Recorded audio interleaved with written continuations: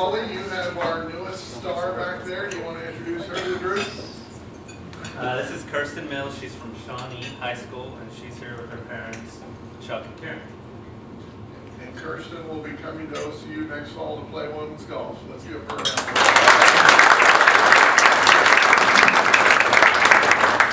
We have another native Shawnee here who also happens to be the president of our university. I don't know that he plays golf or not, but it's always terrific to have the president here. So President Henry, would you stand to be recognized?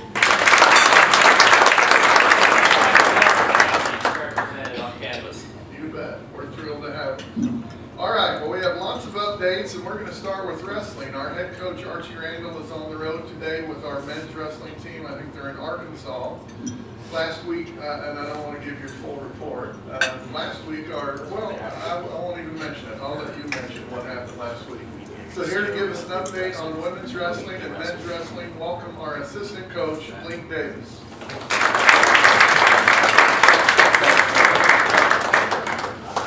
I'd let him do it if he could.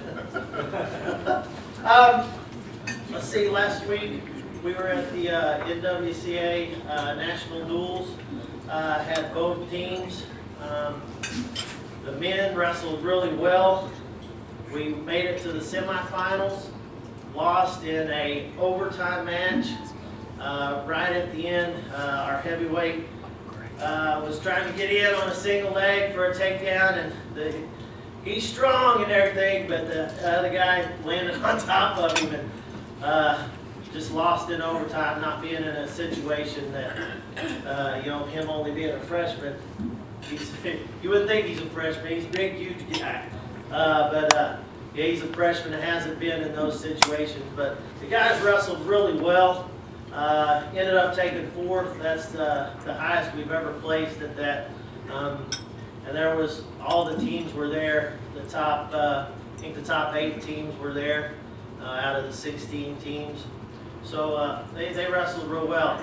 Like I said, came down to overtime in the heavyweight match in the semifinals to make the finals. So then we wrestled for third and fourth. It didn't match up real well with then was the #1 team in the nation. They ended up third there. But right now the guys are ranked 5th. I don't know how we got 4th, and then we're ranked 5th in the next rankings.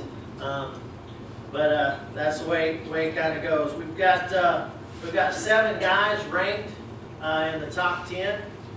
2 of them, Nick Turner and Kevin Hardy, are ranked #1 at 157, 165 pounds. So they're looking to go into nationals. We've got a few things coming up. Like Jim said, we're headed to Arkansas today to wrestle Wichita Baptist in a duel. Then they go to Missouri Valley and wrestle a tournament there. And then we have a big one. I think it's on Wednesday with Central Oklahoma. Is that right, Rich?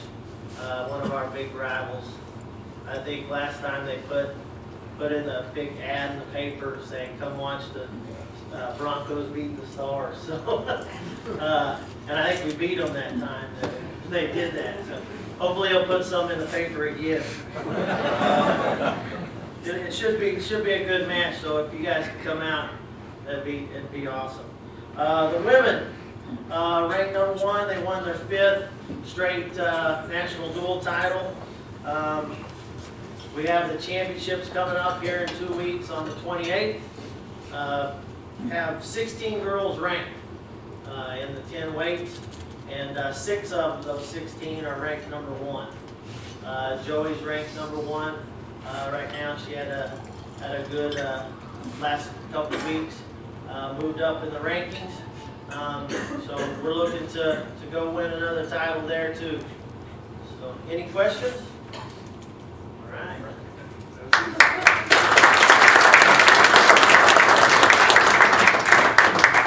Just to expand on that a little bit, we started men's wrestling in our first year. We wrestled UCO, we wrestled OU. Archie's approach always has been that we're going to wrestle everyone. UCO, it's fair to say, beat our brains in that first year. And so the next year, I remember the ad vividly. Come watch the Stars fall, is what it said. And it was, I remember mentioning that to the coach before the match, and he didn't like it. He thought some marketing wizard had come up with that. So to then beat them in that match, it was pivotal for our men's wrestling program. It was a great win, but it was a little more fun to beat them when they were so arrogant coming into it. I'm really proud of what you're doing. Our women, and I'm looking at Rich Tortorelli, I want to say in our last 73 matches, we're 72 wins, 0 losses, and 1 tie. So we're not messing around in women's wrestling. We have a beautiful statue on our campus that was donated by the Chickasaws earlier this year. The Chickasaws are very proud to be unconquered and unconquerable. And when we win that championship, we're going to take a nice picture next to that warrior, because I'd say we're pretty close to unconquerable at this point. Okay, now we're going to move to cheer. We have been very active in cheer, and one of the things that you're going to learn more about is an effort within cheerleading to create more of a sport approach to cheer. So here to tell you more about it and to answer any question you might have about cheer or pom, welcome our head coach, Brandy Kaufman. We are having, well, for the past 5 years, USA Stunt was developed, and they've been working with NCAA to try to institute a women's sport. And so they have been working, they've been going back and forth with their attorneys and dignitaries to figure out exactly where they need to go with it versus traditional cheer. And so they have come up with a format that's taken 5 years to get to, and it is now being looked at by the NAIA as well as the NCAA to be voted on to move it into an active women's sport. It is only being looked at right now as a women's sport, which is what it's taken a while to do. They already have a pilot program out for POM, and then they're going to start investigating co-ed. So that's what it is. But different from cheer, it's set up in quarters. So you have the first quarter that is a head-to-head competition on, if you're familiar with gymnastics, what would be compulsory routines. So there are 6 compulsory routines, and you go head-to-head on that. So you have 2 teams out there on the mat with a white line down the middle with a referee with a coin toss and who gets possession and who gets to call the routine. And it starts out going head-to-head on a routine. So on top of our regular routines that we're learning, we're having to learn 6 compulsory routines in stunt, 6 in tumbling and jumps, 6 in pyramids and baskets, and then the final 4th quarter is a traditional cheer routine like you guys have seen. So that's what it started. We went ahead and jumped in full force because the NAIA was going to be adopting it, and I'm the president of the coaches committee for the NAIA. We needed someone to go in and actually compete in it to see what it was like. So last year was the first year they had anyone compete in it. They had 32 teams, and they were all Division 1A and Division 2 schools, 1A, 1, and 2. So this year we've jumped in, and we are the only NAIA school, but there are now 62 teams. So our first go at this is going to be a head-to-head match on February 11th. The first round is going to start, I think right now it's going to be a 1, a 3, and a 5 o'clock game. We will go against Southern Methodist University, which is Division 1A, and then Southern Methodist will go against OSU, and then we will go against OSU in our 3rd match. So we will have 3 games going on that day. The press release went out last Wednesday, and everyone's kind of ran with it and asking questions because, you know, to us, we just came back from a stunt competition, but it's not USA Stunt. It's just a old, generic, basic stunt competition that you do that has a national championship. So it's been very confusing as to what it is. So once the press release went out, Rich started getting questions, Rod started getting questions on our campus, and so now Fox Sports, or Fox News, is coming in and doing live remotes on their morning news this Tuesday morning. So Tuesday morning, we are going to be setting up a competition. So if you're up early, they're going to do a live remote at 7:10, one at 7:40, and one at 8:10. And then they're going to pre-record one that will air the week of our tournament on February 11th.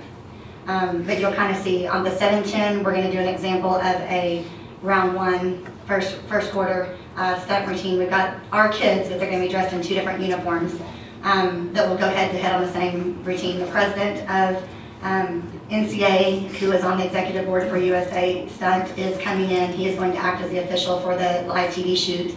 And we're going to do it that way. Then round 2 will take place at 7:40, and it's going to be jumps and tumbling. And then round 3, the third quarter, will happen at 8:10, and then we're going to pre-record after that. So it's definitely taken a little time to get used to. I have no clue what to expect going up against 2 Division 1A teams at our first go. I think the kids are going to be ready, and I think they're going to be good, but they're obviously scared to death too. But we just came back from UCA Stunt Nationals and placed ahead of one of the OSU teams. So, that gives them a little bit more confidence in what they're doing. So, anyway, that's kind of it in a nutshell, in a short basis. Does anyone have any questions on it? I mean, it's going to be crazy. So I don't even know that I can answer all the questions right now. But if you want to watch the news on Tuesday morning, you can see how it's going to go. Yes, sir. I probably just missed this, but where is this tournament being held? Tournament's going to be held at A-Women's at our free center. Okay, so we're the host. Yes, we are the host, and we're also hosting. We're waiting to see. There's another event going on. Conference basketball goes out of town on the first week of March, and they're wanting us to host a tournament against Central Oklahoma. So they're wanting to do one of those on that weekend that conference basketball is out of town. So we're just waiting to see when that's going to be. But we are the host February 11th. Right now it's tentative, but it's tentatively set at 1, 3, and 5. We don't even know anything about admission right now. We sent information out yesterday. Can we find out about ticket information before we do the live show on Tuesday? Because I don't even know what that's going to be. So, but it will be here. We'll be home. So that will give us a little bit of an advantage, I guess. So, yes, sir.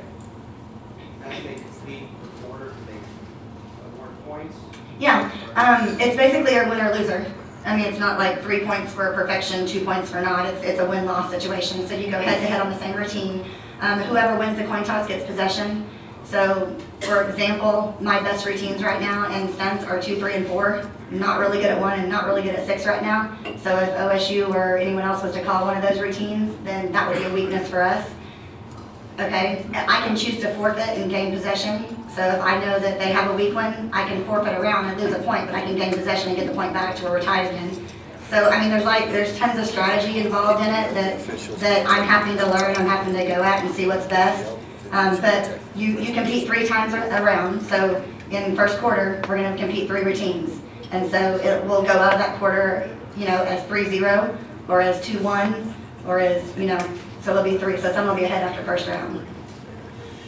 We have a link, and as soon as we get the details for Tuesday, we're going to put the link on our site, which kind of shows a demo. It shows some matches that have been held in Oregon and some other places around. So we'll put that up, and it'll be on our website if anyone wants to kind of go and get a glimpse of it. And obviously, the more the merrier on the 11th. The more support we can get, the more. I mean, if you go on and look at it, it shows it. I mean, it's loud, crazy, love the wrestlers to come type event, because no one's inhibited by getting loud and obnoxious and heckling a little bit. So that always helps.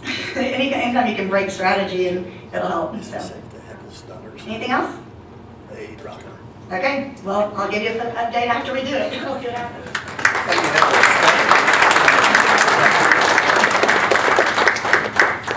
I really do encourage you to come. I asked Randy to try to come up and explain it, and it's a little difficult to understand, but there's some great stuff out there that explains it a little bit better. And my charge to Brandy when we brought her here, and my charge with women's wrestling and everything else was, if we're going to do it, let's be the best at it, and let's be active nationally. And so we're involved in developing this and pushing the sport, and it's just as important to me as anything else that we do. So, and if you come to our gym several mornings a week at 7 a.m., you will see that they work just as hard as anybody else that we have. They also have very loud music, and when we're preparing for nationals, you will hear the same song at least 1,000 times. That doesn't mean that I could ever do the routine, thankfully. But anyway, I hope that you'll come and you'll learn along with us as we're involved in this. All right, now we're going to move to men's basketball. If you've been to our games or not been to our games, what really kind of marks our team, in my opinion, is the effort. We play a lot of close games, but the effort and determination that we see from our team each night is really pretty special, I think. So here to give us an update on what's going on in men's basketball, welcome our head coach, Dionne Phelps.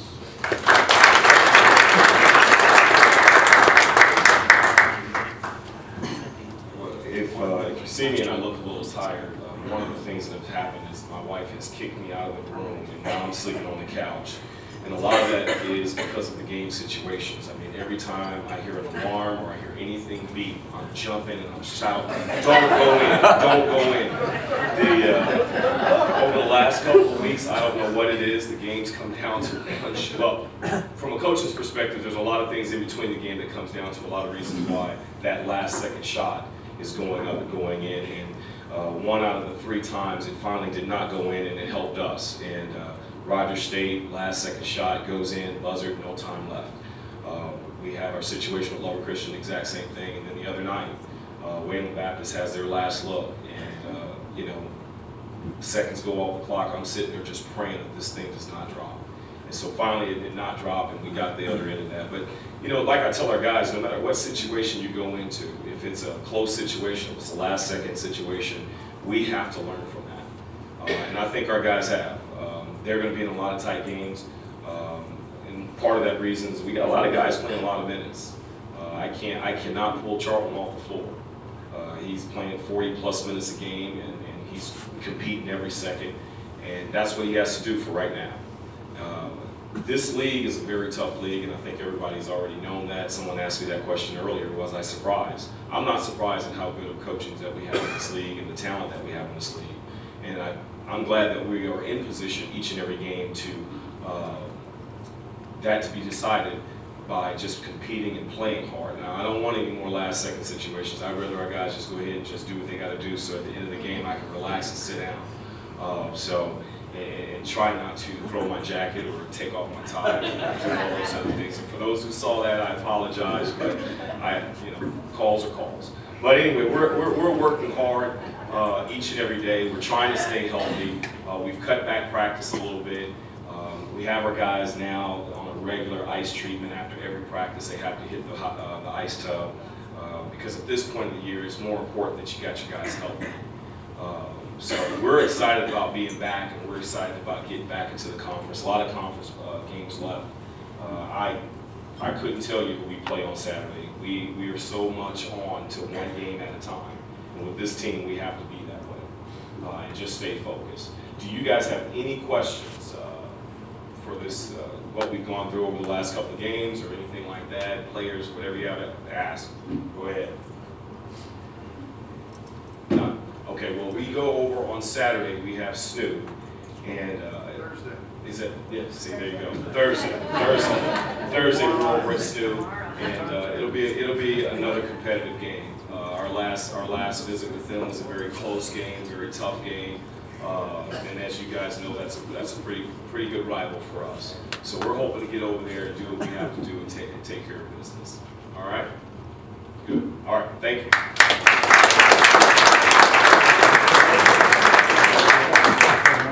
It was either the last game, Wayland, or the game before, maybe Loving, that Coach Phelps started a fashion trend. And he may not have known it, but he had taken off his jacket and not politely taken it off, but took it off. And your tie, Dionne, was all the way around, hanging off your shoulder. So Greg Kerskeeter and I were watching, and we thought, you know, one, does he know it? And of course, you had no idea he was going into the game. And two, would that ever catch on? We decided that it would. I'm not encouraging anyone to do that. All right, we now at this time have the #2 women's basketball team in the country. We have a great tradition of women's basketball, and here to give us an update on all things women's basketball, welcome our head coach, Rob Edmisson.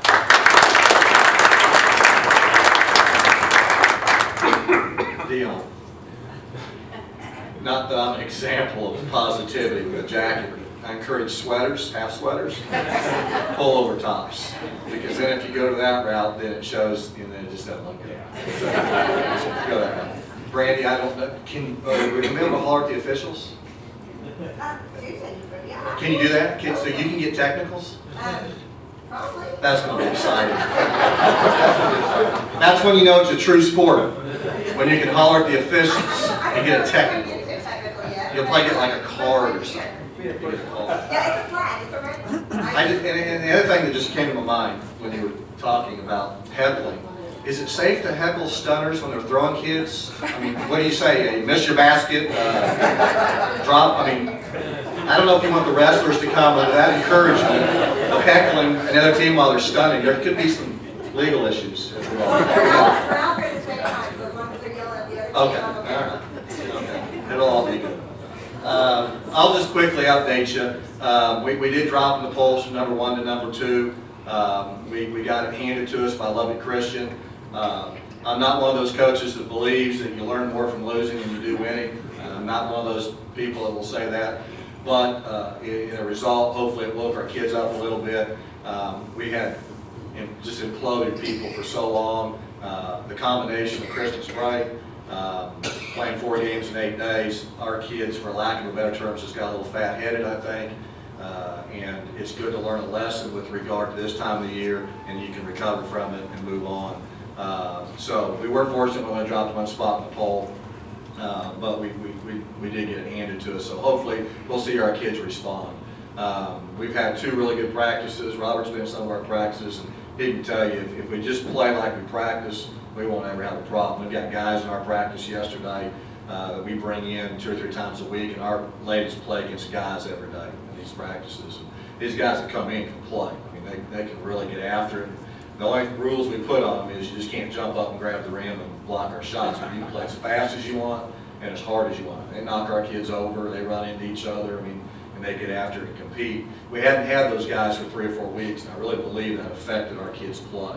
Because our girls take a lot of pride in playing against the guys in practice and stealing the ball from them or doing some things. So from a basketball standpoint, all is well. We're not worried. We think we're going to be where we need to be when we need to be there. One of the things we are really proud of that we talked about before Christmas break is we were cheering for a certain GPA on our team. We had 9 of our 10 players having over a 3.0 this semester. We only had 1 kid that did not get a 3.0. It was a 297, and I tried to get our guy to round it up, and he wouldn't round it up. So we're going to petition that somewhere. Where do I go to do that? Okay. Well, our overall GPA for our women was around a 3.4, almost a 3.5. And that puts us in line, if we do that this semester, to not only hopefully be a national champion, but also be a national All-American team. And I think that says a lot about our young ladies. We have to practice on Monday and Wednesday morning now at 7 because we cannot get our team together during the days on Monday and Wednesday because of class schedules.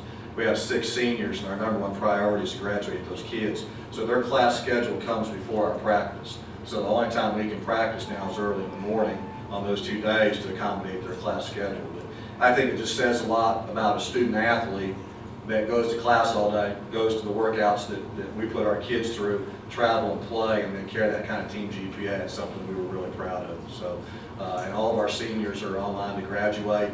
And that's always a great thing too, because then they're good ambassadors for our school as they go out into the real world and carry on what we hopefully teach them about life skills while they're here. So from a basketball standpoint, I'm not worried. I may look worried a lot during games. Back when we were winning by 50, people might wonder why I coach our kids so hard even when we're up 50. It's so that when we're up 3, they can handle it. And a lot of times as a coach, you can see things coming down the path. And you can start to see when a team's starting to lose their focus a little bit. You know, like you said about officiating, good thing is we don't have any officials in here, so you can't get in trouble calling about officials. But our kids got distracted a little bit about officiating too. That's one of the things they got to learn, that you can't correct a call. I can't correct a call. You just got to play through it. So we're really proud of our kids. We've got a great bunch of young ladies. They're good for me. And that's what's really important. In my life situation right now, having good kids is great. Any questions about women's basketball? Rob? Yeah. I know you practice about an hour and a half, 2 hours every day at least, but beyond the practice, girls do other things as far as training. So can you talk about that just a little bit? Sure. I mean, not only are they going through our practices, we have a strength coach that they go to 2 or 3 times a week. They come back in the afternoon today to watch film for about 30 minutes with one of my staff that's a guru on film stuff. And so their day, from the time they wake up till they go to bed, not only is full of academic endeavors, but basketball endeavors. And so it's a long day. It's a full-time job.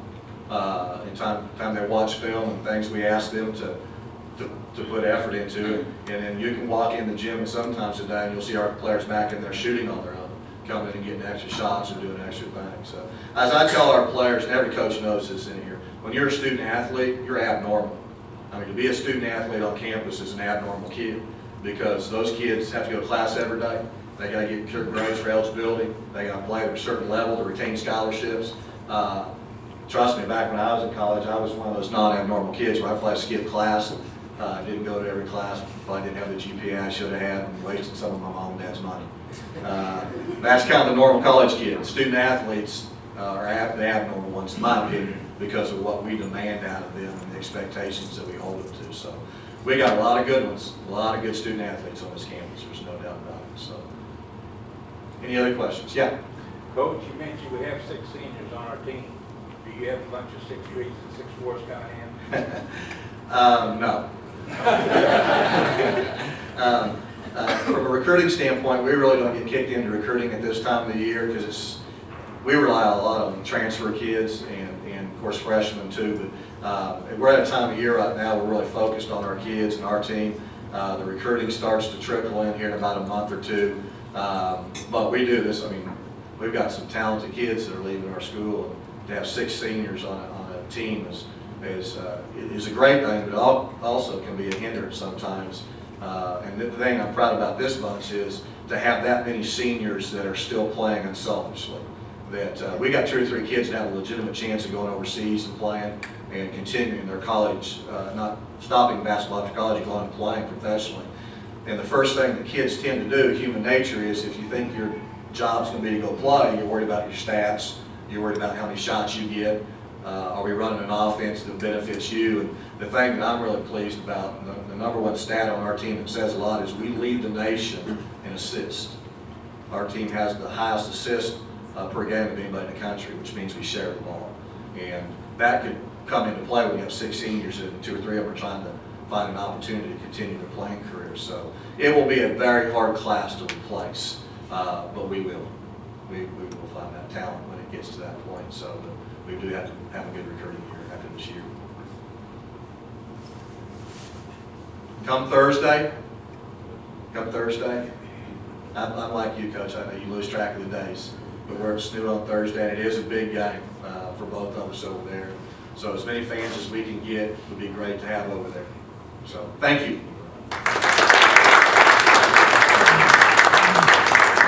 Hi, Josh. You got our door prize tickets.